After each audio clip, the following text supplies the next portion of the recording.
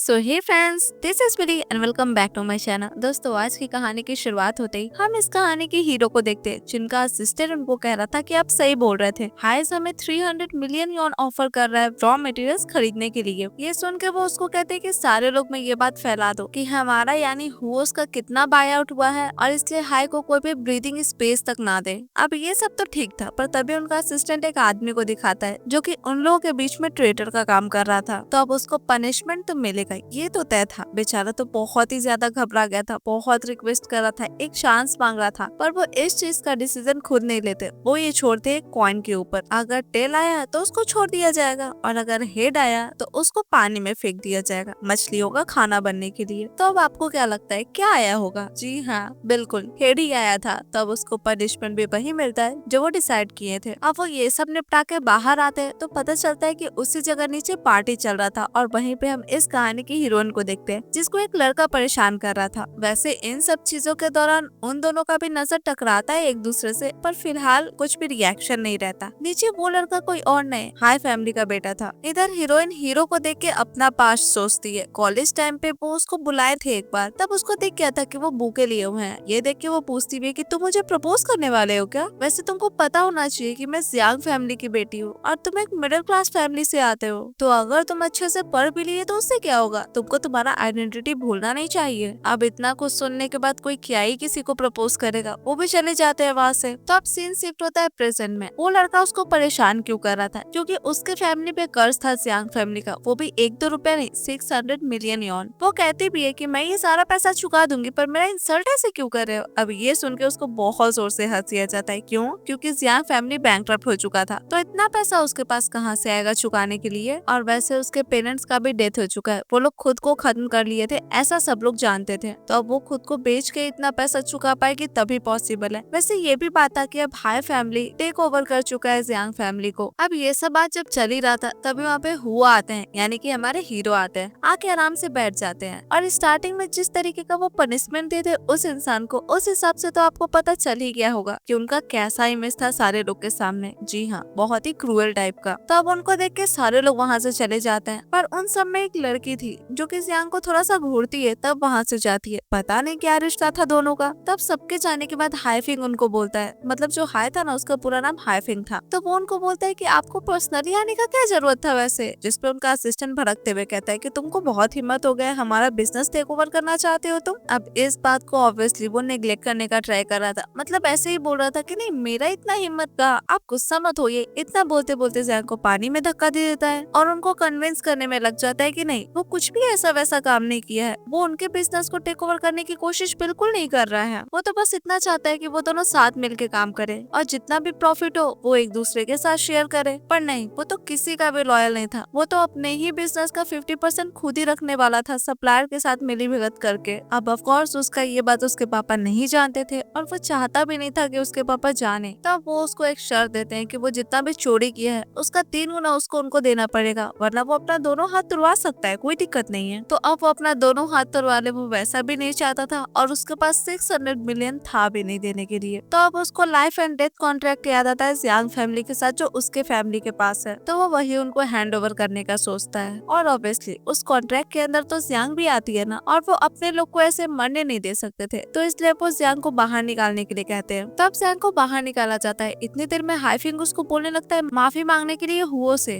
और अब से उसको सब कुछ सर्व करना पड़ेगा हुओ को, यही सारा कुछ बताने लगता है। तब तक हुओ उठते हैं और उसको अच्छा खासा कूटना शुरू कर देते हैं और पीटने के बाद जियांग को लेके घर आ जाते हैं। वहाँ पे वो बहुत ज्यादा महंगी हुई थी ना, पूरा कपड़ा भींगा हुआ था, तो वो उसको बोलते हैं कपड़ा खोलने के लिए। वो कहती है कि अगर मैं कपड़ा खोल दूंगी तो क्या मिलेगा इससे तुमको? इस पे वो कहते हैं कि तुमको क्या लगता है तुम मेरे लायक हो? वो कहती है जहाँ तक मुझे पता है वो ज्वेलरी कंपनी लिस्टिंग के लिए प्रिपेयर कर रहा है और इस टाइम पे तुम अगर पब्लिक करना चाहते हो तो तुमको सॉन्ग फैमिली को हराना पड़ेगा और फर्स्ट फाइनेंशियल ग्रुप बनना पड़ेगा हांगकांग का, और इसमें सिर्फ एक मैं ही हूँ जो तुम्हारी ज्वेलरी कंपनी को पब्लिक करने में हेल्प कर सकती हूँ। वो कहते हैं मेरे पास टैलेंटेड लोग का कमी नहीं है, तो फिर मैं तुम्हें क्यों चुनूंगा? वो कहती है हाँ, यहाँ पे हर एक चीज का प्राइस तो होता है और तुम्हारे पास टैलेंट का कमी भी नहीं है, पर कमी है तो वो एक फाइटर का, और अगर तुम चाहो तो मैं ये किसी भी कीमत पे कर सकती हूँ, और अगर तुम इंटरेस्टेड नहीं हो तो फिर मैं किसी का भी हेल्प कर सकती हूँ इस चीज में। अब इस बात पे आ जाता है उनको गुस्सा, पर फिर भी वो कहते हैं कि मैं बहुत काइंड हार्टेड आदमी हूँ, तो मैं तुमको एक चांस गिफ्ट देना चाहता हूँ, पर ऐसे ही नहीं, टॉस करके। तो अगर इस बार टेल आया तो उसको 600 मिलियन yuan वापस करना पड़ेगा, जो हाइफिंग पे कर्ज था ना उनका, वो पैसा। और अगर हेड आया तो उसको एक चांस दिया जाएगा, उसको जो मन करने का वो कर सकती है, पर इसके साथ वो भी उसको जो बोलेंगे करने के लिए वो उसको करना पड़ेगा, इंक्लूडिंग उनको खुश करना। वो मान चाहती है ये डील करने के लिए। वो टॉस करते हैं कॉइन को और आता है फिर से हेड, और ये देखते ही वो तो बहुत खुश हो जाती है क्योंकि वो जीत गई थी ना, तो वो उनको पकड़ के किस करना शुरू कर देती है। तो अब अच्छे से ये पूरा टाइम स्पेंड करने के बाद एक दूसरे के साथ रात में वो उठ के ऐसे ही बैठी हुई थी, तभी वो थोड़ी देर पहले का टाइम सोचती है जहाँ पे वो उससे पूछे थे कि बताओ तुम क्या करना चाहती हो, जिसपे वो बोली थी कि मुझे वो कंपनी के ज्वेलरी डिजाइन डिपार्टमेंट का डायरेक्टर बनना है। इस पे उनको कोई प्रॉब्लम नहीं था। वो उसको कहते हैं कि ठीक है फिर 9 बजे आ जाना कल तो मेरे ऑफिस में। तो अब प्रेजेंट में यही सब सोच रही थी, तभी उसको कॉल आता है उसके फ्रेंड का, वही जो उसको वो लुक दी थी। हाँ, वो उसकी फ्रेंड ही थी। वो कह भी रही थी कि हम लोग बहुत अच्छा सीन क्रिएट किए थे ना पार्टी में, और वैसे भी ये पार्टी हुओ फैमिली होटल में ही अरेंज किया गया था, पर तुमको कैसे पता था कि हुओ तुम्हारा हेल्प करेंगे? ज़ांग कहती है नहीं, हेल्प नहीं कर रहा है, बेट लगा है, जिसपे उसकी फ्रेंड थोड़ा ऑफेंड हो जाती है। वो कहती है तुमको नहीं पता वो हमेशा से तुमसे नफरत करता है, तो हम नफरत करता है तो कुछ बुरा कर सकता है ना, बस इसीलिए घबरा रही थी उसकी दोस्त। पर वो कहती है कि नहीं तुम चिंता मत करो, क्योंकि मुझे ये करना जरूरी था, और ये तुम भी जानती हो कि सिर्फ एक वो ही है जो सॉन्ग फैमिली से कम्पीट कर सकता है, मेरे पास कोई और चॉइस नहीं था। अब ये सब तो ठीक है, पर सॉन्ग फैमिली कौन है, सबसे बड़ा क्वेश्चन तो ये आता है, तो इसके लिए हमें थोड़ा वेट करना पड़ेगा। पर फिलहाल वो थोड़ा पास्ट का सीन सोचती है, जहाँ पे वो अपने घर जा रही थी। उसका घर पूरा सील्ड था और वो अपने पेरेंट्स से आखिरी बार मिलना चाह रही थी, पर उसको मिलने नहीं दिया जाता है। और जो आदमी उसको अंदर जाने से रोक रहा था वो उसको ये भी बताता है कि कल उसका घर का ऑक्शन होने वाला है। उसी टाइम पे वहाँ पे एक आदमी आता है जो कहता है कि ये है ज़ियांग फैमिली की बेटी। तो हाँ, थी तो वही। इसके बाद सीन शिफ्ट होता है थोड़ा और टाइम बाद, जहाँ पे उसी सेम आदमी को एक आदमी बोल रहा था कि ज़ियांग फैमिली कभी भी कोई नाजायज काम नहीं करेगा, और मैं तुम्हारे जैसे घटिया आदमी के साथ काम नहीं करूंगा। अब ये सब याद आते ही वो उस आदमी से पूछती है कि तुमने क्या किया है मेरे पेरेंट्स के साथ। इतना बोलते बोलते आगे बढ़ती है, पर उसी को एक चाटा पड़ जाता है। पर इतना तो श्योर था कि उस आदमी का ज़ियांग के पेरेंट्स से कोई लेना देना तो जरूर था, और उसी आदमी का नाम था सोंग चिमिंग। इट मींस वो सोंग फैमिली का मेंबर था। तब नेक्स्ट डे वो पहुंच जाती है 9 बजे उनके ऑफिस में। गेट नॉक करती है तो असिस्टेंट बताता है कि वो थोड़ा बिजी है, तो थोड़ी देर में फ्री होते हैं तो वो उनको बुला लेगा। अब वो वेट करना शुरू करती है। धीरे धीरे करके एक एक आदमी ऑफिस में जाता है, जिसको जो काम रहता है करके बाहर भी आ जाता है, पर उसको अंदर जाने नहीं दिया जाता। अब इस चीज से वो फ्रस्ट्रेट हो जाती है। बहुत देर वेट करने के बाद फिर से गेट नॉक करती है, पर इस बार तो मिस्टर हुओ गायब ही थे ऑफिस से। तो वो थे कहाँ? तो वो गए थे मीटिंग में, और वो भी आधा घंटा पहले से, और एक्सक्लूसिव पैसेज के थ्रू गए थे, इसलिए उसको पता नहीं चला। अब ये सुनकर उसको गुस्सा तो बहुत आता है, पर वो जाती है उसी मीटिंग में, और उसको देखते ही वो सभी को बता देते हैं कि उसका नाम ज़ियांग वेन है, और आज से वो डिजाइन डिपार्टमेंट की डायरेक्टर है। अब इस चीज से डिजाइन डिपार्टमेंट की डेप्यूटी डायरेक्टर ऑफेंड हो जाती है, पर वो कहते हैं कि मुझे जरूरत है क्या तुमको एक्सप्लेनेशन देने की? ऑब्वियसली नहीं। तब इस बात को छोड़ के वो दूसरे बात पे शिफ्ट होती है। वो कहती है कि पिछली नाइट को डिजाइन मास्टर लॉरेंस हांगकांग में आए हैं, पर हमसे पहले सॉन्ग फैमिली उनके टच में आ चुका है। ऐसा नहीं है कि लॉरेंस यहाँ पे कॉपरेशन के पर्पज से है, पर अगर उन दोनों का कॉपरेशन हो गया तो फिर हमारे ज्वेलरी लाइन के लिए बहुत डिफिकल्ट हो जाएगा। ये सुन के वो कहते हैं हाँ ठीक है, समझ गया। इतना पे मीटिंग खत्म होता है, सारे लोग तो चले जाते हैं, पर ज़ियांग अभी वहीं पे रहती है, क्योंकि उसको सुनाना भी तो था ना, इतने देर से वेट कर रही थी उनका, पर वो उसको वेट करवा के मीटिंग में चले आए, तो ये तो गलत था ना। पर ये गलत कैसे था? कॉलेज टाइम पे वो भी तो बहुत बदतमीजी की है उनके साथ, तो कुछ तो प्राइस उसको पे करना पड़ेगा ना, और अगर वो नहीं कर सकती तो वो अभी की अभी ये जॉब छोड़ सकती है, ऐसा हुआ उसको कहते हैं। वो कहती है कोई बात नहीं, प्राइस का मतलब मैं अच्छे से जानती हूँ, तो मैं इस पोजीशन को तो नहीं छोड़ूंगी। तो वो भी कहते हैं कि ठीक है फिर मैं भी देखता हूँ। इतना बोल के वो चले जाते हैं। पर अब अगर उसको अपना ज्वेलरी लाइन को सही करना था तो उसको मिलना पड़ेगा लॉरेंस से। तो अब उसको लॉरेंस मिलेगा कहाँ? इस चीज का पता लगाने के लिए वो अपनी फ्रेंड को कहती है। थोड़ी देर बाद वो अपनी फ्रेंड से मिलती है, तो पता चलता है कि लॉरेंस उसको एक नाइट क्लब में मिलेगा, और उस नाइट क्लब में सोंग चिमिंग की बेटी सोंग मेंगटियान का भी शेयर्स है, तो वो भी वहाँ पे होगी। और वैसे मेंगटियान बिल्कुल भी पसंद नहीं करती है ज़ियांग को, पर फिर भी जो भी है, ये भी पॉसिबिलिटी है कि वहाँ पे सोंग चिमिंग भी आ सकते हैं, तो इसका मतलब आज रात कुछ तो जरूर होना था। तो अब सीन शिफ्ट होता है नाइट क्लब पे। वहाँ पे मेंगटियान बैठ के ड्रिंक कर रही थी ऐसी सभी के साथ, पर हाँ उन लोग सबकी बातों से ऐसा लग रहा था कि वो हुओ को पसंद करती है कहीं ना कहीं। तभी वहाँ पे आती है ज़ियांग, और उसको देख के मेंगटियान तो पूरी चिढ़ जाती है, तो अब वो भी उसके पीछे पीछे जाती है। ज़ियांग जाती है सीधे लॉरेंस के पास। वो खुद का इंट्रोडक्शन उसको देती है। वो उसको बताती है कि वो ग्रुप के ज्वेलरी डिजाइन डिपार्टमेंट की डायरेक्टर है, और वो यहाँ पे कोऑपरेशन का बात करने के लिए आई है। पर तभी वहाँ पे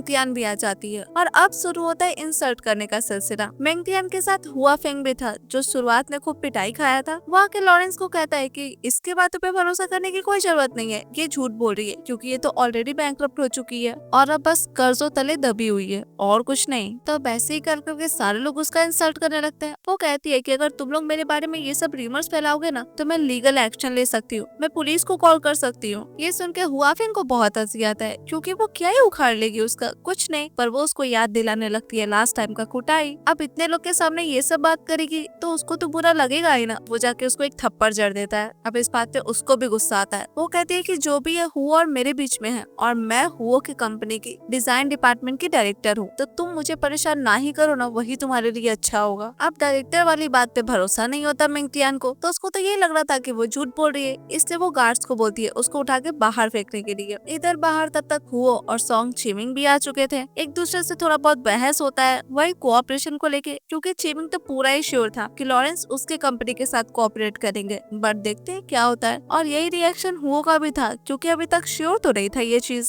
तब वो दोनों बहस करके अंदर आते हैं। तब तक इधर गार्ड्स आ चुके थे, उसको पकड़ चुके थे और अब मिंगटियान को मन था उसका थोड़ा कपड़ा वगैरह फाड़ने का। अब ये चीज लॉरेंस को भी सही नहीं लग रहा था। वो बोल रहे थे पर वो कहती है कि हम दोनों के बीच की बात है, तुम्हें इंटरफेयर करने की कोई जरूरत नहीं है और तुम्हें हमारे सॉन्ग फैमिली से स्पॉन्सरशिप फी नहीं चाहिए क्या? तो वो भी चुप हो जाता है। इधर वो तब तक कहती है कि अगर तुम मेरे साथ ऐसा कुछ करोगे तो मैं पुलिस को कॉल कर दूंगी। अब पुलिस का नाम सुन के वो तो और एक्साइटेड हो जाती है। वो खुद से चाहती है उसको परेशान करने के लिए और बोलती भी कि करो करो करो कॉल, मैं भी देखती हूँ। ये सब बोलते बोलते धक्का दे देती है और तब आके उसको पकड़ते हैं हुओ। तब अच्छे से पकड़ने के बाद एक दूसरे को थोड़ी देर देखने के बाद वो उससे पूछते हैं कि बताओ तुमको कौन मारा। वो पॉइंट आउट करती है हाइफेंग के ऊपर। अब वो तो जल्दी से बैठ जाता है, उसे माफी मांगने लगता है। वो कहता है कि ये लड़की झूठ मूठ का बोल रही थी कि वो आपकी कंपनी की डिजाइन डिपार्टमेंट की डायरेक्टर है, मैं तो बस मजा चखा रहा था इसको। अब ये सब सुन के तो सबको लग रहा था कि अब उसका बहुत हो गया है। वो भी कह रहे थे कि अब तुम्हारी फैमिली को बैंकरप्ट हो जाना चाहिए और बाकी बचा हाथ पैर तोड़ना वो तो हो ही जाएगा। बेचारा मिंगटियान के सामने गिड़गिड़ाने लगता है, उसको बचाने के लिए कहने लगता है, पर उसके बस में थोड़ी ना कुछ था, वो क्या ही करेगी। और वो तो बिल्कुल भी माफ करने के मूड में नहीं थे, तो उसको लेके जाता है बाहर उसका अच्छे से खातिरदारी करने के लिए। तो अब मिंगटियान चिल्लाना शुरू कर देती है हुओ पे।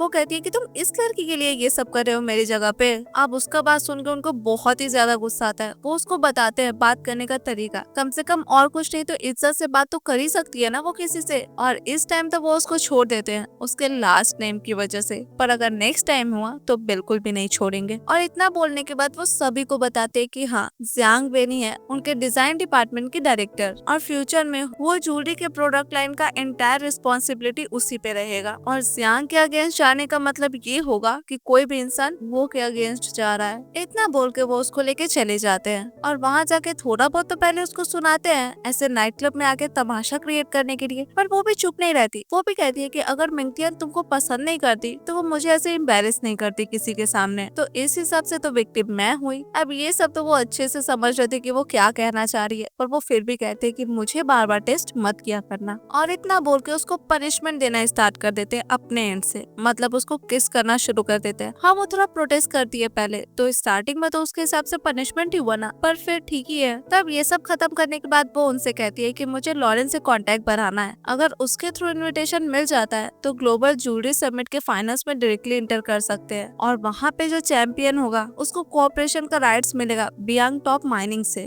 और सारे रॉ मटेरियल्स को भी कंट्रोल कर पाएगा। ये सुन के वो पूछते हैं कि करना क्या चाहती हो वो बताओ। वो कहती है सॉन्ग फैमिली अच्छा खासा पैसा दे रहा है लॉरेंस को हायर करने के लिए, तो ग्लोबल ज्वेलरी समिट कॉम्पिटिशन तो मुझे भी जीतना है, तो मुझे भी लॉरेंस को हायर करना है। वो कहते हैं नहीं, बिल्कुल नहीं, तुमको इस बारे में चिंता करने की कोई जरूरत नहीं है। वो कहती है कि वो फैमिली की तरफ से मेरा रिवॉर्ड होगा सॉन्ग फैमिली को डिफीट करना। ये सुन के वो थोड़ा सा गुस्सा आ जाता है। वो कहते हैं मैं दोबारा बोल रहा हूँ, सॉन्ग चिमिंग के टेरिटरी में कुछ भी करने की कोई जरूरत नहीं है। अब सॉन्ग चिमिंग इस फील्ड में बहुत दिन से था और वो बहुत कुछ कर चुका था, ये चीज वो को अच्छे से पता था, इसलिए वो काइंड ऑफ उसको प्रोटेक्ट करना चाहते थे। वो उसको बोलते भी है कि तुम कब मर जाओगे तुमको पता भी नहीं चलेगा, तो ये सब करने की कोई जरूरत नहीं है। वो कहती है कि मैं ध्यान रखूंगी, पर तभी वो बुलाते हैं एक और आदमी को और उसको वो हायर किए थे जियांग के पर्सनल सेफ्टी के लिए। और उस आदमी का ये भी काम था कि वो हुओ को रिपोर्ट करे जियांग जहाँ जहाँ जाती है उस जगह का। तो वो जहाँ जहाँ जाती वो उसके पीछे पीछे रहता। अब उसको बन भी नहीं रहा था लॉरेंस से मिलने में, पर हाँ, वो हुओ पे भरोसा भी नहीं कर सकती थी क्योंकि एट दिन हुओ एक बिजनेसमैन है और वो बिना प्रॉफिट लॉस जाने सही तरीके से उसका हेल्प नहीं कर पाएंगे सॉन्ग चिमिंग को हराने में, तो उसको खुद कुछ करना ही पड़ेगा। इट मीन्स लॉरेंस से मिलना पड़ेगा फिलहाल तो अब वो जाने का डिसाइड कर दिया आर्ट एग्जीबिशन में, और ये जगह आई थिंक वो मना नहीं किए थे जाने के लिए, तो फिर उसका बॉडीगार्ड भी कुछ नहीं कर पाता, उसको जाने देता है। तो वो जैसे ही वहाँ पे जाती है, दो लड़कियां आपस में बात कर रही थी। एक लड़की एक्ट्रेस सांग के बारे में बात कर रही थी कि सांग जब फिल्म फेस्टिवल में गई थी तो वो हुओ कंपनी का ज्वेलरी पहनी हुई थी, और वो पहले हमेशा सॉन्ग फैमिली का ज्वेलरी पहना करती थी। ऐसे ही कर करके वो लड़कियां कुछ और लोगों का भी नाम लेती है जो पहले तो सॉन्ग कंपनी का ज्वेलरी पहना करती थी, पर अब हुओ की कंपनी का ज्वेलरी पे शिफ्ट हो गई है। अब ये सब तो ज़ियांग के लिए अच्छा ही था ना। वो ये सारी बातें सुन के जाती है फिर से लॉरेंस से मिलने के लिए। वो समझाती है उनको कि लास्ट टाइम जो भी हुआ वो सिर्फ एक मिसअंडरस्टैंडिंग था, तो इस वजह से वो उसके लिए अपना ओपिनियन चेंज तो नहीं करेंगे। हाँ, बात भी सही था, लॉरेंस उससे ढंग से ही बात कर रहे थे वैसे, पर फिर से बीच में टांग अड़ाने के लिए आ जाती है वहाँ पे मिंगतियान, और वो फिर से ज़ियांग का इंसल्ट करने लगती है, यही सब बोल के कि नाइट क्लब में तुम्हारे साथ ये सब हो गया, फिर भी तुम मुंह उठा के यहाँ पे चली आई। वो भी कहती है कि मैं यहाँ पे लॉरेंस के साथ कोऑपरेशन का बात करने के लिए आई हूँ, और ये करने में अगर कोई शर्म है तो फिर मैं हूँ बेशर्म। तो अब उसको इतना बोल के वो लॉरेंस को कहती है कि आप सॉन्ग्स के साथ कोऑपरेट किए सिर्फ एशियन मार्केट को ओपन अप होने तक, तो आप हमारे लिए भी ये सब कुछ कर सकते हैं, मतलब हुओ फैमिली के लिए। अब ऑब्वियसली मिंगतियान को अच्छा नहीं लगेगा क्योंकि लॉरेंस तो उन लोग को सपोर्ट कर रहे थे ना, इसलिए वो चीखने चिल्लाने लगती है, हाथ भी उठाने लगती है, पर उसका बॉडीगार्ड तो उसके साथ ही था तो उसको कुछ होता नहीं है वैसे। पर हाँ, लॉरेंस जरूर बोलते हैं कि ये तुम्हारा कोई जगह नहीं है, कि मेरे फ्रेंड का आर्ट एग्जीबिशन है, तो यहाँ पे कोई तमाशा मत करो, यहाँ पे मुझसे बात हो रहा है। अब इस बात पे वो उसका भी इंसल्ट कर देती है। वो कहती है कि तुमको नहीं चाहिए क्या स्पॉन्सरशिप फी हमारे सॉन्ग फैमिली से? नहीं चाहिए तो निकलो यहाँ से। अब इतने लोग के सामने ऐसे कोई भी आके बेइज्जती कर देगा तो ये अच्छा तो नहीं लगेगा किसी को भी। बस इसी बात का तो फायदा उठाती है ज़ियांग। वो कहती है सॉन्ग फैमिली आपको कितना भी दे रहा हो हम आपको डबल देंगे, इतना बोल के वो उनको कार्ड पकड़ा देती है। वो भी कार्ड एक्सेप्ट कर लेते हैं और ज़ियांग बड़े आराम से निकल जाती है वहाँ से। तब मिंगतियान फिर से चिल्लाना शुरू कर देती है लॉरेंस पे, पर इस बार लॉरेंस को बहुत गुस्सा आता है क्योंकि सॉन्ग फैमिली को लोग का रिस्पेक्ट करने भी नहीं आता, तो कोई क्यों ही काम करेगा उस फैमिली के साथ। और इसी बात पे अच्छा खासा सुना के वो कहते भी है कि अगर तुमको कॉन्ट्रैक्ट टर्मिनेट करना है तो तुम कर सकती हो। इतना बोल के वो भी चले जाते हैं वहाँ से।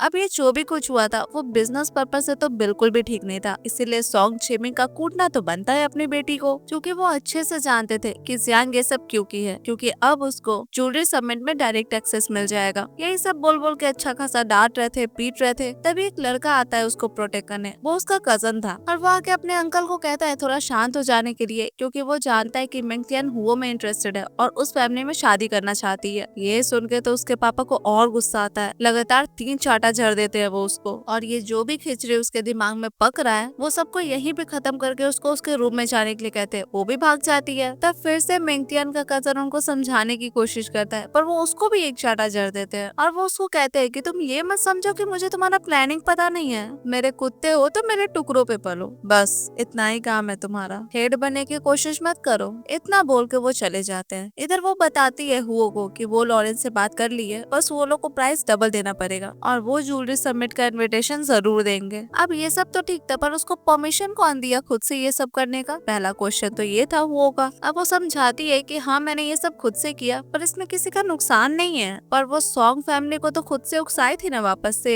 ये चीज उनको पसंद नहीं आता। वो कहती है नहीं मैंने ऐसा कुछ भी नहीं किया था, मैं तो लॉरेंस से मिली थी आर्ट एग्जीबिशन में। अब ये कोइंसिडेंस तो नहीं था, ये वो भी जानते थे, पर वो कहती है कि हाँ था, लक भी एबिलिटी का ही पार्ट है। पर वहाँ पे मिंगतियान के साथ फिर से उसका झगड़ा हुआ होगा, ऐसा वो कहते हैं। वो कहती है कि अगर इस बात के लिए आपको गुस्सा आ रहा है तो फिर मैं कुछ नहीं कह सकती। अब ये सुन के उनको आ जाता है गुस्सा, क्योंकि वो उनके वर्ड्स को इग्नोर की और ये चीज उनको बिल्कुल पसंद नहीं आता। तो पनिशमेंट देना तो बनता है और वो भी वो अपने हिसाब से देते हैं, और कैसे देते हैं ये तो आई थिंक आपको भी पता चल ही गया होगा अभी तक उनके पनिशमेंट देने का तरीका। अब पनिशमेंट देते देते लगता है कि कोई तो उनके केबिन में आ रहा है, तो अब वो लोग सही से खड़े हो जाते हैं। तब तक वो आदमी आ जाता है और पता चलता है कि वो मिंगतियान का कजन है। वो आते ही कहता है ज़ियांग को वहाँ से बाहर जाने के लिए, पर ये चीज उनको अच्छा नहीं लगता। वो ज़ियांग को अपने बगल में बैठने के लिए कहते हैं और वो बैठती भी है, जिसपे वो लड़का उनका काइंड ऑफ इंसल्ट करने लगता है अपने ऑफिस में दिन के टाइम पे ये सब करने के लिए, जिसपे वो कहते भी है कि मुझे नहीं पता है तुम्हारा अफेयर था सॉन्ग चिमिंग की बेटी के साथ और मैंने ही पकड़ा था, तो तुम्हारा औकात है मेरे सामने ये सब बोलने का। तो अब ये सुन के वो जल्दी से आके उनको ड्रिंक सर्व करने लगता है और वो कहता है कि अगर आप सॉन्ग चिमिंग को मार देंगे तो उनका सारा शेयर्स मिंगतियान को मिल जाएगा, और अगर ये सब मुझे मिल गया उससे तो इसमें तो हम दोनों का ही फायदा है ना।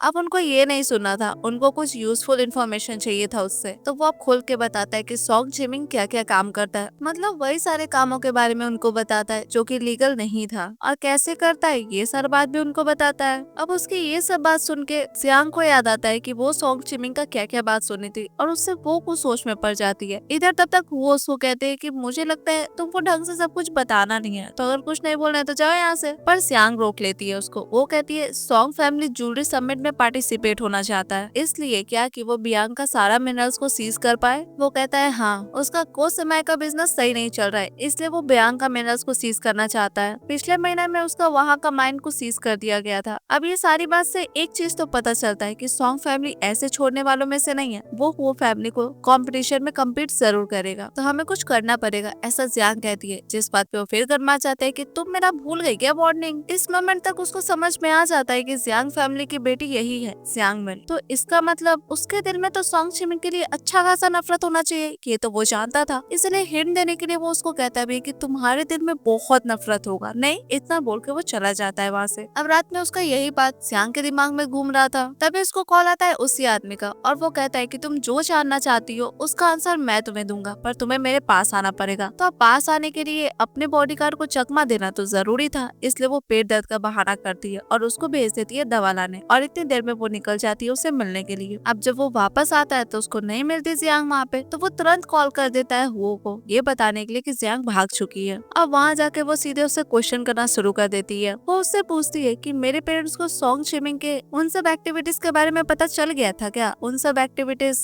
मतलब जो लीगल एक्टिविटीज ना हो, और इसलिए उसने मेरे पेरेंट्स को चुप करवा दिया। वो कहता है तुम्हारे पापा को हमेशा लगता था कि वो जो उसके साथ कोऑपरेशन कर रहे हैं वो लेजिटिमेट बिजनेस है, पर एक दिन तुम्हारे पापा को पता चला कि उनके बोर्ड्स को सॉन्ग चिमिंग यूज करता था उन सामान या फिर वर्कर्स को बुलाने के लिए जो कि लीगल ना हो, तो उनको पता चला कि उनके साथ धोखा हुआ है। इस पॉइंट पे वो पूछती है कि इसका मतलब सॉन्ग चिमिंग मेरे पेरेंट्स को मारा है, और वो ये अफवाह फैला दिया कि मेरे पेरेंट्स खुद से खुद को खत्म किए। वो कहता है तुम्हारे पापा को कौन बोला था पुलिस को वो सारा एविडेंस दे देने के लिए। चिमिंग तो ऐसा आदमी है कि वो अपने रिलेटिव्स को भी ना पहचाने, फिर तुम्हारे पापा थे ही कौन, और वैसे भी तुम्हारे घर का ही कोई आदमी ट्रेडर था, ये बात उनको पता नहीं था, वो तो हर एक मूव पे तुम्हारे पेरेंट्स को धोखा दिया है। अब इतना कहने का देर नहीं होता कि वो समझ जाती है कि धोखा दिया कौन होगा उसके फैमिली से। उसका नाम था वोंग ही, और वो तो चिमिंग का पैसा भी चुरा के भागा है, तो वो ज्यादा दिन तक जिंदा तो नहीं रह सकता। तो इस स्टेप जियांग को बिना देरी किए उसको ढूंढना चाहिए। वो पूछती है कि कहाँ है वो, पर वो कौन है ये हमें अभी पता नहीं चलता। जिसपे वो कहता है कि तुम खुद से ढूंढो उसको, ऐसे भी हुओ का अच्छा जान पहचान है, तो तुमको परेशानी नहीं होगा उसको ढूंढने में। तो वो इतना कुछ बताया था, तो बदले में तो उसको कुछ चाहिए था, इसलिए वो उसके करीब बढ़ता है। पर उस टाइम पे वापस सॉन्ग चिमिंग आ जाता है, जो कि पूरा अनएक्सपेक्टेड था। तो अब क्या,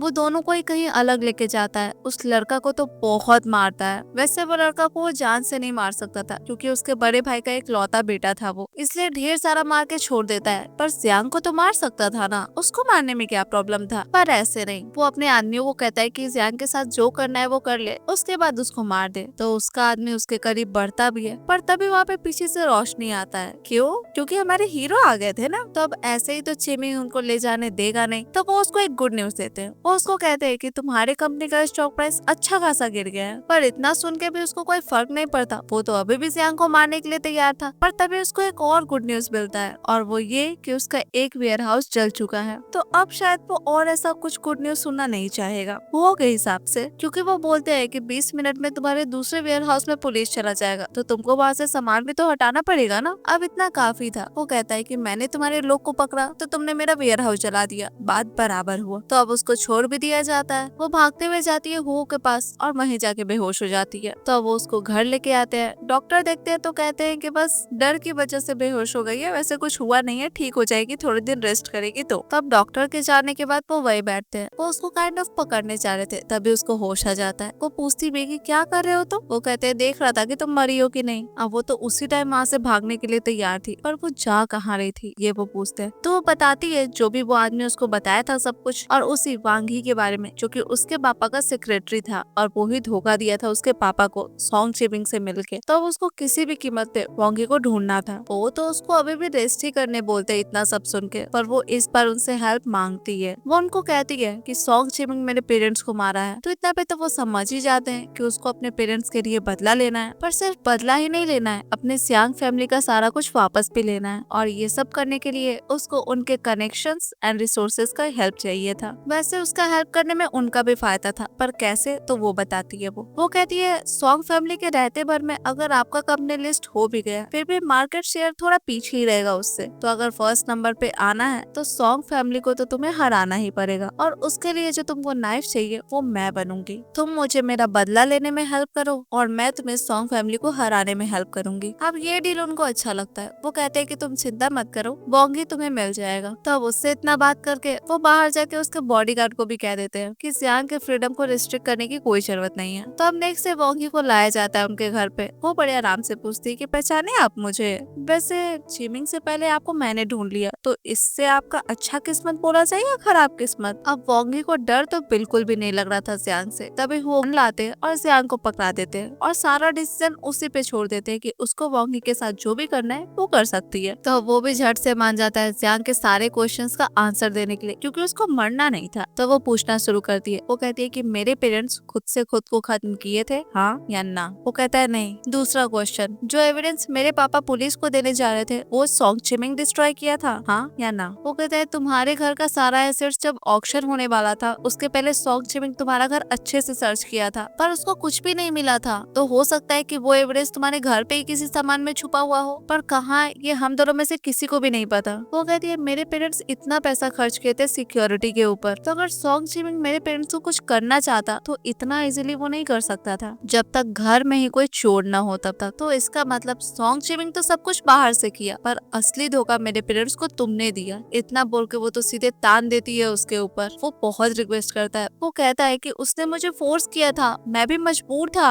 अब ऐसे ही बोल बोल के बहुत गिड़गिड़ाता है। तो वो भी कहती है कि ठीक है फिर जाओ। जब वो भागने लगता है तो वो पीछे से उसको शूट कर देती है, क्योंकि भाई धोखा तो धोखा होता है, चाहे वो लाइफ के किसी फेज पे भी क्यों ना दिया जाए, उसका पनिशमेंट मिलना ही चाहिए। और वो भी यही करती है। तो अब मार तो देती है पर खुद ही बेहोश हो जाती है। तो वो फिर से उसको लेके जाते हैं, अच्छा से उसको सुला देते हैं और उसको देख के ख्यालों में खो भी जाते हैं, क्योंकि एक टाइम वो उनसे पूछी थी कि तुम ये बताओ कि तुम मुझे पसंद करते हो या नहीं। अब आंसर तो उसको नहीं सुनना था, इसलिए उनका मुंह भी कवर कर देती है और वो सो भी जाती है क्योंकि बहुत ड्रंक थी। पर वो उसको फिर भी कह दे कि मैं तुम्हें बहुत पसंद करता हूँ। तो अब प्रेजेंट में यही सब सोच के वो वहाँ से जाने लगते हैं, पर वो उनको वहाँ से जाने ही नहीं देती। वो उनका हाथ पकड़ लेती है, उनसे रिक्वेस्ट करने लगती है कि नहीं वो ना जाए नींद में ही। तो वो जाते तो नहीं है, पर हाँ वो अपने असिस्टेंट को कॉल करके ये जरूर चेक करने के लिए कहते हैं कि जियांग फैमिली का जो भी सामान था ना बैंकरप्सी के बाद, इसके बारे में पता लगाने के लिए कहते हैं, और स्पेशली वो सारा चीज जो खानदानी हो। तब यहाँ से सीन शिफ्ट होता है नेक्स्ट डे पे। कंपटीशन का अच्छा खासा तैयारी चल रहा था। कंपटीशन में जो भी ज्वेलरी दिखाना था उसका डिजाइन मिल चुका था सारे लोग को, और अब उस पे काम करना था। अब ये सब जब चल ही रहा था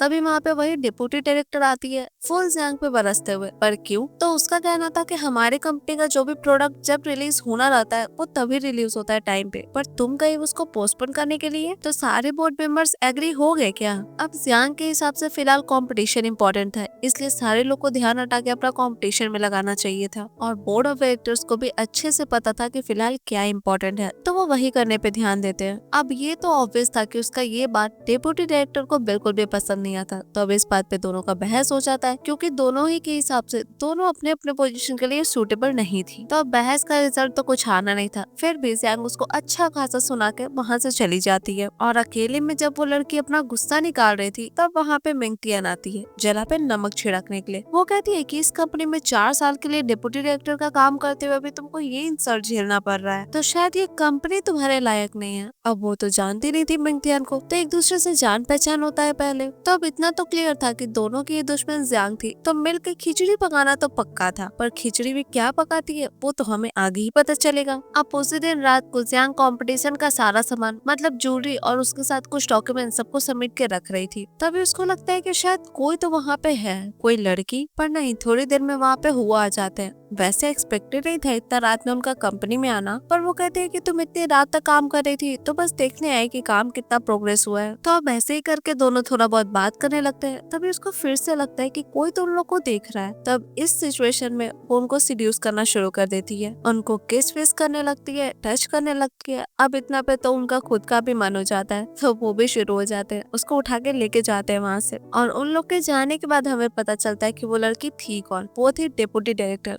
और वो उसका सारा सामान ले लेती है जो वो प्रिपेयर करके रखी हुई थी। तो अब यहाँ से सीन शिफ्ट होता है वही ज्वेलरी कंपटीशन पे। सारे लोग आ चुके थे जिन लोग को आना था। 4 ब्रांड था जो कि फाइनल्स के लिए सिलेक्ट हुआ था और 2-2 पार्ट में करके कंपटीशन का रिजल्ट आएगा। अब वहाँ पे मेंगटियन तो पूरी कॉन्फिडेंट थी कि वही जीतेगी ये कंपटीशन, और लगे यहाँ तो एक और शॉक मिल जाता है जियांग को, और वो ये कि डिप्टी डायरेक्टर आती तो है पर उन लोग की कंपनी के साइड खड़ी नहीं होती है, वो मेंगटियन के साइड खड़ी होती है। तो अब पहले राउंड में सबको अपने अपने ज्वेलरी के बारे में बताना था, तो पहला मौका दिया जाता है मेंगटियन को। वो जाके अच्छे से अपने ज्वेलरी के बारे में सब कुछ एक्सप्लेन कर देती है कि वो कितना मेहनत की है इस ज्वेलरी को डिजाइन करने में, ये सब। और वैसे भी ये सभी को काफी इम्प्रेसिव भी लगता है। अब दूसरा मौका दिया जाता है जियांग को। उसका भी ज्वेलरी और रिंग दिखने में सेम ही था उसके तरीके का, और स्पीच भी काइंड ऑफ सेम ही था, बट हाँ वो एक चीज बोलती है कि उसका मटेरियल डिफरेंट है जो भी वो यूज किया अपने ज्वेलरी में। पर फिर भी ज्वेलरी सेम था तो ये बात सबको डाइजेस्ट नहीं होता। सबको लगता है कि शायद वो मेंगटियन का डिजाइन चुराई होगी। ऐसे ही वहाँ पे सारे लोग बातें बनाने लगते हैं, पर हुओ कंपनी के लोगों को अच्छे से पता था कि ये सारा डिजाइन कौन कैसे चोरी किया है, पर इसका कुछ सोल्यूशन नहीं था। फिलहाल कोई कुछ कर नहीं सकता था। तो अब फर्स्ट राउंड तो खत्म हो जाता है ऐसे ही। अब बारी था सेकंड राउंड का। अब वैसे ये सारा चीज हुआ और उनका असिस्टेंट भी देख रहा था। उनका असिस्टेंट कहता है कि अगर यही चलते रहा तो वो लोग हार जाएंगे, पर उनको पता नहीं क्यों जियांग पे पूरा भरोसा था। तो वो फिलहाल कुछ ना ही करने का डिसाइड करते हैं। तब थोड़ी देर में सेकंड राउंड शुरू होता है। इस बार सबको अपने ज्वेलरी के बारे में बताना था, मतलब दिखाना भी था प्रेजेंटेशन के टाइप में भी, और पहनने से कैसा लगेगा कैसा नहीं ये सब कुछ बताना था। तो फिर से मौका दिया जाता है पहली बार मेंगटियन को। वो जाके अपना नेकलेस लेती है, बताती है उसके बारे में सब कुछ। जब अपने डिजाइन का वो भर भर के तारीफ कर ही रही थी तभी वहाँ पे जियांग जाती है और सभी को बताती है कि ये उसका डिजाइन है, और वो डिजाइन मेंगटियन चुराई है उसके सबऑर्डिनेट्स की वजह से। अब ऑफ कोर्स मेंगटियन इतने लोगों के बीच में तो ये एक्सेप्ट करने से रही। जियांग को ये कहती है कि तुम मुझे फंसाने की कोशिश कर रही हो, पर वो कहती है कि ठीक है, इस ज्वेलरी में जो अल्ट्रा लाइट मटेरियल यूज हुआ है उसमें फ्लॉ है, इसके बारे में तुमको नहीं पता। अब ये सुन के वो तो चुप हो जाती है क्योंकि उसको सच में नहीं पता था, और वो डिप्टी डायरेक्टर भी उसको कुछ भी नहीं बताई थी क्योंकि उसको खुद ही को नहीं पता था। तो अब जो भी फ्लॉ था उस डिजाइन में वो सारा कुछ अच्छे से एक्सप्लेन कर देती है सभी को जियांग। और वैसे वो नेकलेस फाइनल भी नहीं हुआ था जियांग के हिसाब से, ये सेमी फिनिश्ड ही प्रोडक्ट था। तब ये सेमी फिनिश्ड प्रोडक्ट था तो फिर अच्छे से फिनिश्ड प्रोडक्ट कौन सा है, तो वो नेकलेस था जो जियांग लेके आई थी। वो सभी को दिखाती है, अच्छे से सब कुछ बताती भी है, और अब तो ये श्योर था, अब ना मानने वाला जैसा कोई बात ही नहीं था कि वो सच बोल रही है। तब मेंगटियन का तो अच्छा खासा इंसल्ट हो रहा था, और सिर्फ मेंगटियन का ही नहीं सॉन्ग फैमिली का भी इंसल्ट हो रहा था। तो उसके पापा तो वहाँ से चल जाते हैं क्योंकि बहुत ही ज्यादा एम्बेरेस्ड फील कर रहे थे। वो भी पीछे पीछे जाती है और सीधे जाके पहले डिप्टी डायरेक्टर को एक थप्पड़ जड़ती है, और उसको बोलती भी है कि सॉन्ग फैमिली का जितना भी लॉस हुआ है वो सब तुम चुकाओगे। तब ये सब तमाशा जब चल ही रहा था तब जियांग वहाँ से चली जाती है। वो जैसे ही जाती है तो उसको हुआ मिल जाते हैं। वो कहती है कि हम कंपटीशन जीत चुके हैं, तुम खुश नहीं हो। वो कहते हैं कि मुझे खुश रहना चाहिए था, पर तुमको क्या लगता है तुम मेरे इमोशंस को कंट्रोल कर सकती हो। तब उनके कहने का क्या मतलब था, तो उनके कहने का ये मतलब था कि उस दिन वो उनको सीड्यूस कर रही थी, क्यों, ताकि जो डिप्टी डायरेक्टर है वो इजीली चुरा पाए। तो वो भी कहती है कि हाँ यही रीजन था। पर इसमें इतना गुस्सा होने वाला क्या बात था, उन दोनों के बीच में तो यही डील हुआ था ना, मतलब दोनों एक दूसरे का फायदा करवाएंगे, दैट्स ऑल। वो कहते हैं हाँ डील तो यही हुआ था, पर इसके अलावा और कुछ भी नहीं है उन दोनों के बीच में। वो कहती है नहीं। अब ये सुन के तो उनको बहुत गुस्सा आता है, वो चले जाते हैं वहाँ से। पर वहाँ से जब बाहर जा रहे थे तो वो लिफ्ट में तो लड़कों को चढ़ते देखते हैं, वही तो लड़का जो जियांग को पकड़ के रखा था लास्ट टाइम। अब इस चीज से तो वो श्योर हो जाते हैं कि जियांग की जान को खतरा है। तो अब सब लोग जाते हैं इधर उधर देखने उसको कि वो है कहाँ। थोड़ी देर में वो खुद ही आ जाती है नीचे उतर के, और वहाँ पे कोई रेडी था उसको शूट करने के लिए, पर उसको लगता है कि शायद वो आदमी हुओ को शूट करने वाला है, इसलिए वो भागती है उनकी तरफ, और उनको तो पता ही था सच क्या है, तो वो उसके तरफ भागते हैं, और इस चक्कर में गोली हुओ को ही लगता है। वो तो बहुत घबरा जाती है और वो बेहोश भी हो जाते हैं उसके ऊपर। तब थोड़ी देर बाद डॉक्टर को बुलाया जाता है, वो गोली निकालते हैं, मरहम पट्टी करते हैं। तब डॉक्टर के जाने के बाद असिस्टेंट कहता है कि आप उन दोनों लोग का कुछ किए क्यों नहीं जो कल आया था। वो कहते हैं कि इतना हड़बड़ाने की जरूरत नहीं है, ये जो भी कुछ है ये ज्यादा दिन नहीं चलेगा क्योंकि सॉन्ग का स्टॉक प्राइस खुद ही कोलैप्स होने वाला है, और वो बहुत ही ज्यादा डेस्परेट है, इसी वजह से वो उन लोगों को भेजा है। तो अब उन लोग का बॉडी उठा के सॉन्ग फैमिली के गेट पे छोड़ा। ये बात सुन के वैसे असिस्टेंट को थोड़ा खुशी फील होता है, क्योंकि उसको तो लग रहा था कि वो ऐसे ही छोड़ दिए उन लोग को, पर नहीं, सच ये नहीं था। तब उन लोग के जाने के बाद वो उससे पूछते हैं कि डर गई? वो कहती है नहीं, पर तुम खुद क्यों हर्ट हुए? मुझे प्रोटेक्ट करने की वजह से? तुम तो मुझसे बहुत नफरत करते थे ना। वो कहते हैं तुम क्या सोचती हो? वो कहती है कि मैं नहीं जानती, हम दोनों बस एनिमी हैं, तुम मेरे लिए कुछ भी करने का कोई जरूरत नहीं है तुमको। अब ये सुन के वो क्या ही बोले। वो कहते हैं कि मैं किसी लड़की को हर्ट होते हुए नहीं देख सकता, बस बात इतनी सी है। तो वो उसके लिए कुछ कहते तो उसको भी पे बैक करना पड़ेगा, क्योंकि वो तो इतना ही सीखी है। ये सुन के वो कहते हैं कि सिर्फ तुम फेवर ही हो करती हो। वो कहती है नहीं, वैसा भी। ये सुन के उनको बहुत हंसी आता है, क्योंकि वो कुछ और बातें निकलवाना चाहते थे उससे, पर उसका सुई सिर्फ एक ही जगह अटका हुआ था। वो कहती भी कि कंपटीशन आपका कंपनी जीत चुका है, तो अब यहाँ के मिनरल रिसोर्स का कोऑपरेशन राइट आपके पास है, तो अब लिस्टिंग में तो आपको कोई प्रॉब्लम नहीं होगा, और मेरा मिशन आधा कंप्लीट हो चुका है। तो अगर मैं अभी भी डायरेक्टर बनी रही तो इससे आपको परेशानी हो सकता है, तो इसका मतलब तुम क्विट करना चाहती हो? वो पूछते हैं। वो कहती है हाँ। वो कहते हैं कि सॉन्ग जिमिन को इतना ज्यादा लॉस हुआ है, तुमको क्या लगता है वो तुमको छोड़ देगा? वो बोलती है कि वैसे तो मैं खुद भी उसको छोड़ने वाली नहीं हूँ, क्योंकि वो जो किया है उसका भुगतान उसको करना पड़ेगा। तो इस स्टेज पे सबसे ज्यादा अच्छा यही रहेगा कि मैं तुमसे कोई मतलब ना रखूं, और तुम में नहीं चाहोगे कि कंपनी जब पब्लिक होने वाला है तब तुम्हारे कंपनी में कोई खराब असर पड़े। तो अब इस पॉइंट पे वो उसको कहते हैं कि तुम सोचती तो बहुत अच्छा हो, पर तुम्हारा 600 मिलियन ऑन अभी भी कर्ज है। अब ये कर्ज कैसे है उसको तो नहीं आता, तो वो उसको अच्छे से याद दिलाते हैं कि वो कर्ज कैसे है। वो कहती भी कि कंपटीशन जीतने के बाद तुमको बहुत सारा पैसा मिला है, और वो 600 मिलियन ऑन से तो कहीं ज्यादा है, पर नहीं, वो एक दिन में तो नहीं दी है ना वो, तो इस हिसाब से कर्ज तो उस पे है। और वैसे भी वो उसको एक चीज हमेशा कहते थे कि नफरत प्यार से बहुत लंबा चलता है। तो अब इस पॉइंट पे उसको कुछ और ही लगता है। वो कहती है तुम अभी भी हर्ट हो, तुमको चोट लगा है। वो कहते हैं क्या पूरा टाइम एक ही चीज चलते रहता है क्या दिमाग में? इतना बोल के वो उसको एक डॉक्यूमेंट देते हैं, और उसमें कुछ ऑप्शंस के बारे में था जो कि अब्रॉड में होने वाला था, तो उनके पास टाइम नहीं था वहाँ जाने के लिए, तो इसलिए वो जियांग को बोलते हैं वहाँ जाने के लिए। तो वो वहाँ पे चली भी जाती है, पर वो उसको यहाँ इसीलिए भेजे थे ताकि सॉन्ग जिमिन के नजरों से वो कुछ दिन दूर रह पाए। इधर वो अपनी बेटी को पीते चाह रहे थे, क्योंकि गलती तो उसका था, उसके नादानी की वजह से आज सॉन्ग फैमिली का ये हालत है। पर जो भी है, वो पूछती है कि अब आप क्या करने वाले हैं, हम लोग अब्रॉड जाके छिप सकते हैं? वो कहते हैं कि नहीं, अभी भी ये सब करने का कोई जरूरत नहीं है, क्योंकि हमारे खिलाफ किसी के पास कोई एविडेंस नहीं है, तो फिलहाल तो हमारा कोई कुछ नहीं बिगाड़ सकता। यहाँ से सीन शिफ्ट होता है अब्रॉड में। वहाँ वो बैठी हुई थी, तभी उसको एक न्यूज पता चलता है सांग और हुओ का।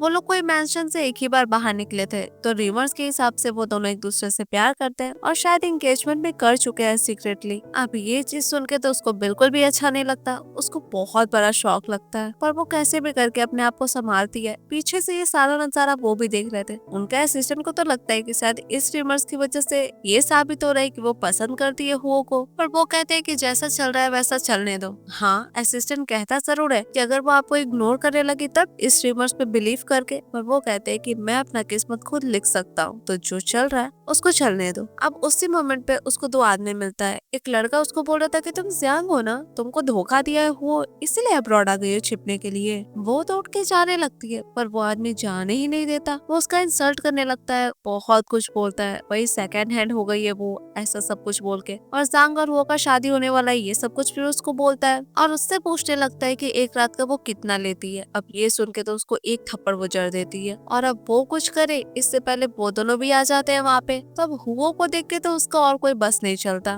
पर हाँ, वो दोनों ही अपने एंड से समझाने लगते हैं हुओ को कि जियांग क्यों गलत है, और उसको ये सब बोलना काइंड ऑफ उनके लिए सही था। पर जियांग अपने आप को क्लियर करती है, वो बताती है कि वो बिल्कुल भी ऐसी लड़की नहीं है जिसके साथ जिसको जब मन किया जब वो कर सकता है। तो अब उन दोनों को ही नील डाउन होकर माफी मांगना पड़ता है, और उस रेस्टोरेंट से उन लोग को बाहर भी निकाल दिया जाता है। तो ये सब तमाशा होने के बाद वो उसको लेके जाते हैं अलग, पर वो यहाँ पे अचानक से कैसे आ गए? उनके पास तो टाइम नहीं था ना, जियांग तो यही पूछती है, पर वो कहते हैं कि नहीं, यहाँ कुछ काम था तो आना पड़ा। वैसे तुम बताओ, तुम तो बोल रही थी कि तुम किसी को सीड्यूस नहीं करती, फिर मुझे तो तुम की थी ना। ये सुन के वो उनको कहती है एंगेजमेंट करने के लिए कांग्रेचुलेशंस, इतना बोल के वो चली जाती है। तो अब सीन शिफ्ट होता है ऑक्शन पे। सारे लोग आके बैठ जाते हैं, ऑक्शन भी शुरू होता है। तो अब पहला ऑब्जेक्ट था जो कि ऑक्शन में बिक रहा था वो था crystal music box French royal family का 70-80s का। ये म्यूजिक बॉक्स वैसे जियांग फैमिली का ही था। ये बात वो बताती है हुओ को कि उसको ये बॉक्स चाहिए, पर वो उसके लिए ऐसे कैसे ले ले, उसको कुछ तो बदले में देना ही पड़ेगा ना। पर क्या? तो वो कहते हैं कि तुम खुद को एक्सचेंज कर सकती हो। अब वो इस चीज के लिए भी मना नहीं करती क्योंकि उसको वो बॉक्स चाहिए था, तो हाईएस्ट बिड लगा के वो उस बॉक्स को खरीद लेती है। तो अब उसको बॉक्स मिलता भी है। वैसे ये सारा कुछ हुओ को तो अच्छे से पता था क्योंकि करवाए तो वो खुद ही थे। वो अपने आदमी को बोले थे ना उसका पुश्तैनी चीज ढूंढने के लिए, तो उनके असिस्टेंट को मिल भी गया था और वो अपने फ्रेंड के हेल्प से अब्रॉड में ऑक्शन करवाने का डिसाइड किए थे। तब प्रेजेंट में वो उससे कहते हैं कि ये इम्पोर्टेंट है क्या? वो कहती है हाँ, सिर्फ हमारे जियांग फैमिली को ही पता है कि ये खुलता कैसे है। तो अब जब वो खोलती है तो वहाँ उसको एक फ्लैश ड्राइव मिलता है और उस फ्लैश ड्राइव के पासवर्ड को क्रैक भी कर लिया जाता है। तो पता चलता है कि उसमें सारा एविडेंस था सोंग चिमिंग के खिलाफ, उसके गलत कामों के बारे में सारा एविडेंस था उसमें। तब ये सब जानने के बाद वो अपने असिस्टेंट को कहते हैं कि तुम पर्सनली आओगे और ये फ्लैश ड्राइव खुद से तुम चीफ सुपरिटेंडेंट को दोगे और इसके साथ ही 2 कॉपीज बनाओ और दोनों हमारे रेगुलर पार्टनर्स को दे दो। तब होना तो ऐसा ही था, जो वो कह दिए तो असिस्टेंट करेगा ही। तो अब इधर वो उनको थैंक यू बोलती है इसी के लिए। पर सोंग चिमिंग को हराने से उनका भी तो अच्छा खासा प्रॉफिट हुआ ना, इसलिए वो उसको एक नेकलेस पहनाते हैं। उनके फैमिली का पुश्तैनी नेकलेस था ये, और पहनाने के बाद वो उसको किस करने के लिए आगे बढ़ना चाहते थे, पर वो रोक लेती है क्योंकि उनके पास ऑलरेडी एक फियांसे है, तो फिर उन दोनों को डिस्टेंस मेंटेन करना चाहिए ना। पर वो कहते हैं कि ऑक्शन में ये तो नहीं बोली थी तुम, और वैसे भी मना करने का उसका कोई हक नहीं है, ऐसा वो कहते हैं। तो फिर वो उसको किस करना शुरू कर देते हैं। हाँ, शुरुआत में वो थोड़ा प्रोटेस्ट करती है पर फिर वो भी मान जाती है। इधर सोंग फैमिली के बारे में सब कुछ पता चल गया था, उसका सारा एसेट्स भी फ्रीज कर दिया गया था। तो अब सोंग फैमिली के खिलाफ प्रोटेस्ट शुरू हो गया था। तो अब सोंग चिमिंग भी भागने का फुल तैयारी कर लेते हैं। बेटी पूछती है कि कहाँ जा रहे हैं आप, पर वो नहीं बताते उसको, और उसको इन सब चीजों से दूर ही रहने के लिए कहते हैं। उनके पास कोई जगह था शायद, तो वो वहाँ से वापस से कम बैक करेंगे। तो अब जाने से पहले वो अपनी बेटी को बताते हैं कि कुछ गोल्ड और सिल्वर ज्वेलरी सेफ में रखा हुआ है। तो वो भूल गए उसको लेने के लिए, तो इसीलिए अपनी बेटी को भेजते हैं वो लेने के लिए। वो वहाँ जाती है, तब तक वहाँ पे कॉप्स आ जाते हैं और उसको अपने साथ लेके जाते हैं अरेस्ट करके। इधर सोंग चिमिंग तो तब तक निकल चुका था वहाँ से, वो अपने अड्डे पे पहुँच भी गया था। इधर ये बात इन लोग को भी पता चल जाता है कि सोंग चिमिंग भाग चुका है, पर वो ज्यादा दूर तक भाग नहीं सकता क्योंकि उसके पास ना कोई एसेट्स है, कुछ भी नहीं है उसके पास, सब कुछ फ्रीज हो चुका है। तब वो लोग दिमाग लगाना शुरू करते कि वो कहाँ गया होगा। वैसे उसका कनेक्शंस बहुत जगह पे है, तो जब तक पुलिस उसको ढूंढेगा वो बहुत दूर निकल भी सकता है, ये भी पॉसिबिलिटी है। तो वो हुओ को कहती है अपने कनेक्शंस के थ्रू पता लगवाने के लिए जल्द से जल्द। वैसे ये काम करवाने के बदले वो कुछ भी करने के लिए तैयार थी, इस चीज का वो प्रॉमिस भी कर देती है। अब प्रॉमिस कर देती है तो फिर वो भी रेडी हो जाते हैं झट से उसका पता लगाने के लिए। तब ये सब काम करने के लिए जाने से पहले वो उसको एक घड़ी पहना देते हैं जिसमें जीपीएस था। पर क्यों? तो वो बिना पे किए भाग गई तो इसलिए। तब उसको घड़ी पहना के वो अपने असिस्टेंट के साथ चले जाते हैं वहाँ से। अब उनके जाते ही इधर इसका जी मचलना शुरू हो जाता है, तो ये भागती है हॉस्पिटल और हॉस्पिटल से रिपोर्ट लेके आते ही रहती है। इसको पता था कि ये प्रेग्नेंट है, पर ये जाके किसी को कुछ बताए इससे पहले वही 2 लोग आके इसको अगवा कर लेते हैं। और वो दोनों लोग किसके थे ये तो आपको अच्छे से पता है, सोंग चिमिंग के। इधर हुओ जब वापस आते हैं तो उनको नहीं मिलती जियांग। उनको तभी कॉल आता है सोंग चिमिंग का और वो बताते हैं कि जियांग उसके पास है, पर उनको चाहिए क्या था। तो उनको एक शिप चाहिए था और 50 मिलियन कैश चाहिए था। और कंडीशन तो वैसे आपको पता ही होगा, पुलिस को इन्फॉर्म नहीं करना है, अकेले आना है, हाथ में पैसा देना है, बस यही सब। ये सब सुन के वो बहुत अच्छे से हंसते हुए कहते हैं कि तुमको लगता है वो 50 मिलियन के लायक है? सोंग चिमिंग कहते हैं कि वो तो अपनी कोक के बच्चे के भी लायक नहीं है। फिर अब इस पॉइंट पे उनको भी पता चल जाता है कि वो प्रेग्नेंट है और साथ में वो कहाँ है ये भी लोकेशन बता देता है सोंग चिमिंग उसको। इधर रात होता है, सोंग चिमिंग उसका घड़ी भी तोड़ देता है और साथ में वहाँ पे आग लगा के निकल जाता है वहाँ से। पर टाइम रहते पर में हुआ उसको बचा लेते। इधर असिस्टेंट जाता है सोंग चिमिंग के पास पैसा लेके और उनसे पूछता है कि जियांग कहाँ पे है। अब वो बिना जियांग को देखे पैसा तो दे नहीं रहा था, जिसपे सोंग चिमिंग उसको कहते हैं कि मैंने हुओ को बता दिया है कि जियांग कहाँ पे है, वो गया है उसको लाने के लिए। अब वो कॉल करता है तो कॉल लगता नहीं है फिलहाल, तो उसको भी इस बात पे भरोसा करना पड़ता है कि वो गए हैं जियांग को लाने के लिए, तो इसलिए वो पैसा दे देता है। तब वहाँ पे हुओ भी आ जाते हैं। अब उसको लग रहा था कि शायद जियांग नहीं मिली होगी उनको, तो बहुत अच्छे से कहते हैं कि हो सकता है कि वो सो गई होगी, वैसे भी आग लगा के अच्छे से गेट बंद करके आया था मैं, तो तुम लोग को अगर नहीं मिली है तो जाके उसको ढूंढने में दिमाग लगाओ, मुझे पकड़ के कुछ नहीं होगा फिलहाल क्योंकि तुम लोग के पास टाइम नहीं है। अब ये सब बकवास वो कर ही रहा था, तब तक जियांग पीछे से उसको चाकू भोंक देती है और उसका कहानी वही खत्म हो जाता है। पर हाँ, मरने से पहले वो एक बात कहा था जियांग को कि तुमको क्या लगता है जियांग फैमिली जब बैंकक्रप्ट हुआ था ना, तो इस आदमी को भी शेयर मिला था उससे। इस आदमी यानी कि हुओ। वो पूछती है हुओ से कि ये कहना क्या चाह रहा है, पर वो कहते हैं कि इसकी बात पे भरोसा मत करो, कि हम दोनों के बीच में बस दरार पैदा करना चाह रहा है और कुछ नहीं। तो अब यहाँ से सीन शिफ्ट होता है रात में। वो सोई हुई थी अच्छे से, वो उसके पास ही बैठे थे, वो उठ भी जाती है। वैसे बहुत दिन बाद वो ऐसी गहरी नींद में सोई थी। ये बातें वो उनको बताती है। तो वो उसको कहते हैं कि हम लोग शुरुआत से शुरू करें क्या। वो कहती है कि सॉन्ग फैमिली भी बर्बाद हो चुका है और सॉन्ग छिमिंग भी मर चुका है, तो आई थिंक हमारा डील खत्म होता है। वो उसको कहते हैं कि सिर्फ पैसा की बात नहीं है, पर वो जानती थी कि वो झूठ बोल रहा है। अब पता नहीं कैसे जानती थी, इसलिए वो कहती है कि नहीं, सब कुछ खत्म हो चुका है, मुझे सिर्फ तुमको पैसा देना बाकी है और मुझे लगता है कि हम दोनों को एक दूसरे का रिलेशनशिप क्लियर करके रखना चाहिए। अब उनके उसके मुंह से ये सब सुनना तो बिल्कुल भी अच्छा नहीं लग रहा था। तो वो कहती भी है कि तुमको क्या लगता है जो भी हमारा रिश्ता था उसको तुम प्यार का नाम दोगे।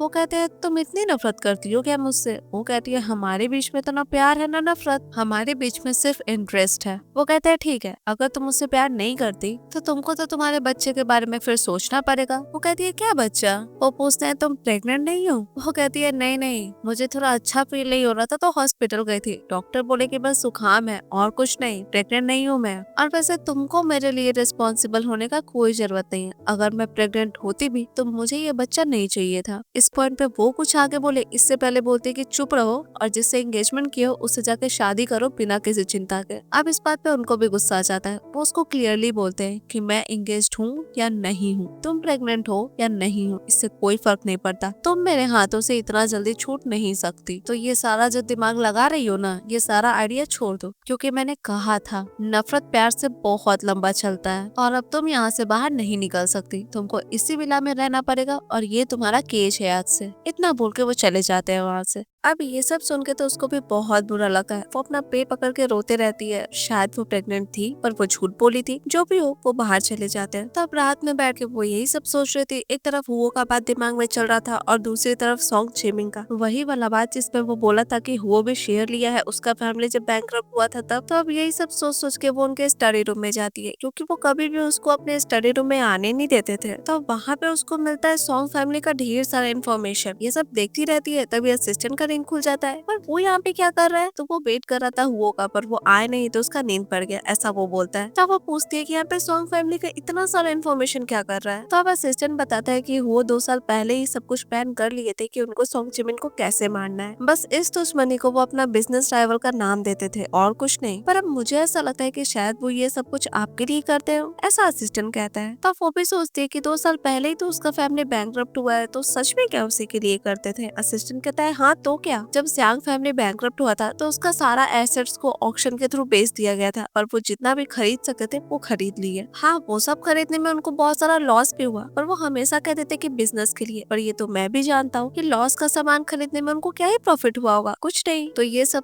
कुछ वो तुम्हारे लिए ही किए हैं। पर मुझे एक चीज समझ में नहीं आता कि तुम लोग का इतना अच्छा सब कुछ चलता था, फिर अचानक से ब्रेकअप कैसे हो गया और इतने लोगों के सामने तुमने उनकी फीलिंग्स को कुचल कैसे दिया। वो कहती है मैंने ऐसा कुछ किया है, तुम गलत समझ रहे हो, मैंने ऐसा कुछ भी नहीं किया है। वो था जिसे कभी मेरी फीलिंग्स ही नहीं पड़ी थी। तब नेक्स्ट डे यही सब बैठ के सोच रही थी, तभी वो वहाँ पे आते हैं। फिर से उन दोनों का थोड़ा बहुत स्टार्ट हो जाता है। तो वो उनको चाय ऑफर करती है। वो तो कहते भी है कि जहर मिला हुआ है क्या, पर वो कहते कि नहीं। तो अब चाय पी लेते हैं। वो बता भी देती है कि मैं कल तुम्हारी स्टडी रूम में गई थी। वो कुछ कहते नहीं है इस पे, पर वो कहती है कि मुझे आंसर क्लियर चाहिए। तुम ये बताओ कि 2 साल पहले से तुम सॉन्ग स्विमिंग को टारगेट क्यों कर रहे थे और जियांग फैमिली का इतना सारा एसेट्स क्यों लिए। वो कहते हैं तुमको क्या लगता है मेरा कोई और इंटेंशन भी होगा। इस पॉइंट तक आके वो उनको पीछे से हक कर लेती है और उनको थैंक यू बोलती है। वो कहते हैं वैसे कि अगर तुमको कुछ रिक्वेस्ट है तो तुम बोल सकती हो, ये सब नाटक करने की कोई जरूरत नहीं है। वो कहती है नहीं कुछ नहीं, पर वो जानते थे कि वो एक्टिंग कर रही है, वो झूठ बोल रही है। तो वो आराम से उससे पूछते हैं, पर उसका आंसर सेम था। वो कहती है कि तुम इतना सारा जियांग फैमिली का एसेट्स लिए, उसके वर्कर्स को खाना खिला रहे हो, सब कुछ सही से संभाल रहे हो, तो फिर ये तो अच्छी बात है ना। और वैसे भी मेरे दिमाग में सब कुछ क्लियर रहता है, मुझे सॉन्ग स्विमिंग से बदला चाहिए था, मतलब चाहिए था बस। और वो उसको क्लियर करते हैं कि मैंने कुछ भी तुम्हारे लिए नहीं किया है, मैं एक बिजनेसमैन हूँ और तुम्हारे फैमिली का एसेट्स लेना ये सब भी बिजनेस में ही आता है। तो ये सब बोल के वो अपने एंड से सब कुछ क्लियर करते हैं। तभी उनको थोड़ा सा नींद आना शुरू हो जाता है। तब वो कहती है कि मैं भी तो यही सोच रही थी कि तुम तो बहुत ही ज्यादा कैलकुलेटिंग आदमी हो, तो तुम मेरे लिए कुछ भी क्या ही करोगे। और वैसे इतना बोलते बोलते वो समझ भी जाते हैं कि जो उनका भी हालत है उसके पीछे जियांग का ही हाथ है। तो वो पूछते भी है। वो कहती है मैंने तुम्हारे चाय में कुछ स्लीपिंग पिल्स डाल दिया था, तो तुम आराम करो। इतना बोलते बोलते वो सो भी जाता है उसकी गोद में। वो वैसे फिर से उनको थैंक यू बोलती है। अब कोई लेना देना नहीं था उसको उनसे, तो वो उनका दिया हुआ नेकलेस भी उनको वापस कर देती है और उनको बाय बोल के निकल जाती है वहाँ से। तो उनको जब होश आता है तो वो ढूंढते हैं कि जियांग है कहाँ पे। तो उसका कार पार्क था एयरपोर्ट के पास और वैसे बचा कुचा काम उसके फ्रेंड भी आके कर दी थी, मतलब उसका लगेज और टिकट लाके दे दी थी उसको। तो वो चली जाती है, पर जैसे ही जाती है वैसे उधर से भागते हुए हुआ आते हैं। वो पूछते हैं उसकी फ्रेंड से कि कहाँ गई है वो, पर वो नहीं बताती। और जब वो बार बार उससे पूछने लगते हैं तो अब वो कहती है कि नाटक करना बंद करो, अगर तुम उससे प्यार करते होते ना तो वो आज इतनी दुखी नहीं होती जितना है। अब इस बात का मतलब वो नहीं समझ पाते, पर वो फिर भी कहते रहती है कि तुम उसका दिल नहीं तोड़े हो। जब सारे लोग तुमको सुनाया करते थे तब सिर्फ एक वही थी जो तुमको प्रोटेक्ट करती थी, पर तुम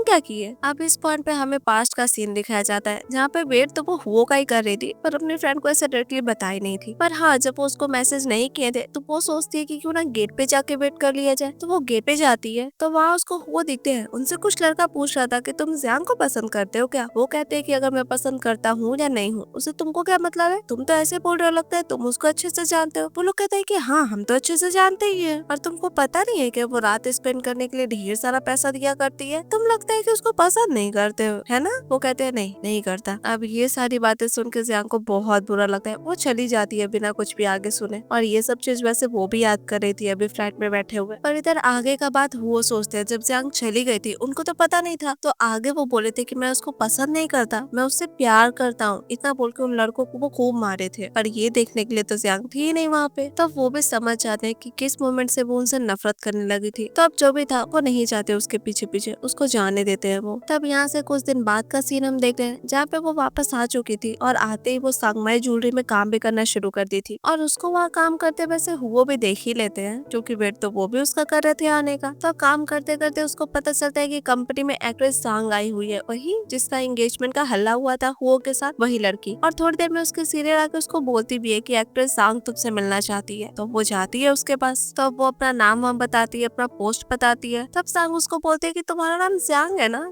जिसका अफेयर था मेरे फियांसे के साथ। इस पॉइंट पे वो डायरेक्टली कहती है कि मेरा कुछ से कोई लेना देना नहीं है, और अब तो हम दोनों में बिल्कुल ही कोई कांटेक्ट नहीं है। तब इतना बात करने के बाद वो उसको एक नेकलेस देती है, वो पहना भी देती है। तब वो कहती है कि क्या गारंटी है कि तुम सच बोल रही हो, तो ये प्रूफ करने के लिए रात में आके मुझसे मिलो। तब रात में जियांग जाती है उसके बताए हुए जगह पे। वहाँ जाते उसको वही नेकलेस दिखता है जो कि एक टाइम पे हुओ उसको पहनाए थे, उनका खानदानी नेकलेस था वो। तो वो देख ही रही थी। इस पॉइंट पे जियांग कहती है कि तुम ले भी सकती हो वैसे ये, पर इसका क्या मतलब था उसको समझ नहीं आता। तो वो कहती है कि मेरा उससे एंगेजमेंट बस एक हाइप है। अब वो कहना क्या चाहती थी, तो वो ये कहना चाहती थी कि उसको ये एंगेजमेंट तोड़ना था हुओ से, और ऐसे ही तो वो तोड़ नहीं सकती थी। इसलिए वो चाहती थी कि वो जियांग के साथ उसका नाम जोड़े, कोई तमाशा क्रिएट करे, तब जाके एंगेजमेंट खत्म करे। इससे उसके ऊपर तो कोई भी अर्ज नहीं आएगा, और इससे जियांग को भी अच्छा खासा मौका मिल जाएगा इतने अमीर परिवार में शादी करने का। और वैसे भी हुओ जितना अमीर आदमी है, ये सब रोमांटिक रिलेशनशिप्स होना तो नॉर्मल है, तो लोग को ज्यादा याद भी नहीं रहेगा, वो भूल भी जाएंगे क्या हुआ था क्या नहीं। और ये सब तमाशा खत्म होने के बाद जियांग उसको अच्छा खासा पैसा भी देगी। अब ये ऐसा कंडीशन था जिसमें जियांग को अच्छा खासा फायदा हो सकता था। कोई रीजन नहीं था उसके पास रिजेक्ट करने का, पर वो फिर भी रिजेक्ट करती है, क्योंकि इन सब चीजों से हुओ फैमिली का तो नाम खराब हो जाएगा ना, और हुओ के कैरेक्टर पे भी सवाल उठेगा। अब ये सब सुन के जियांग को तो बिल्कुल भी अच्छा नहीं लगता। वो उसका पैसा बढ़ाने की भी बात करती है, लाइक 5 मिलियन से 10 मिलियन देने के लिए तैयार हो जाती है, पर नहीं, जियांग रेडी नहीं थी तब भी करने के लिए। तो पैसों के लिए तो हुओ की लवर जियांग नहीं बनी थी। तो इसका क्या मतलब, वो सच में प्यार करती थी क्या हुओ से। वो कुछ नहीं कहती, वो कहती है अगर कुछ नहीं कहना है तो फिर मैं जा रही हूँ। अब इस पॉइंट पे वो फिर से कहती है कि तुम बहुत ही ज्यादा रूड नहीं हो, अगर मैं चाहूँ तो चुटकी बजाते तुमको इस जगह से गायब करवा सकती हूँ, तुम कहीं काम भी नहीं कर पाओगी और ना ही रह पाओगी। पर जियांग का मानना था कि अगर किसी के पास एबिलिटी है तो उसका कोई भी बुरा नहीं कर सकता है। जियांग कहती है कि तुम अपना करियर तक दाव पे लगा रही हो उसके लिए।